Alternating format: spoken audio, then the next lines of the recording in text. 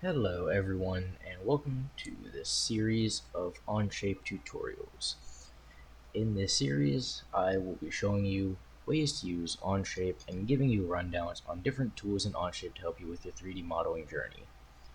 This series will be primarily focused on using Onshape in means of a FRC team, so there will be many tools on here that will not be showcased as they will not be used for a FRC team. If you're wanting to learn how to use those tools, I would recommend just messing around and figuring out how to do it yourself.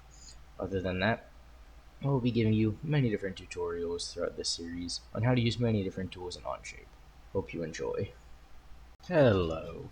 Today's tutorial, number 9, will be a bit different because it's not exactly going to be a tutorial.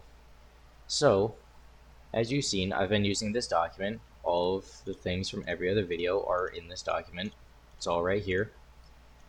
And so this document has been posted in the description of every single video. If you go down there and you click the little link in there, you'll gain access to this document.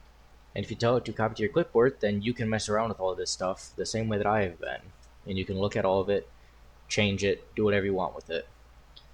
Another thing is if you have any questions or something I missed, feel free to put them in the comments. I'll try to respond to your questions and answer them.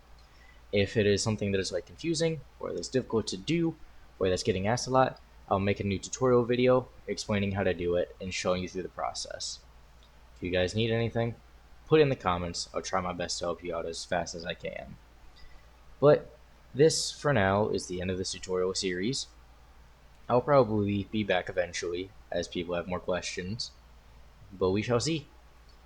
But yeah, this has been the 9-part Onshape tutorial series.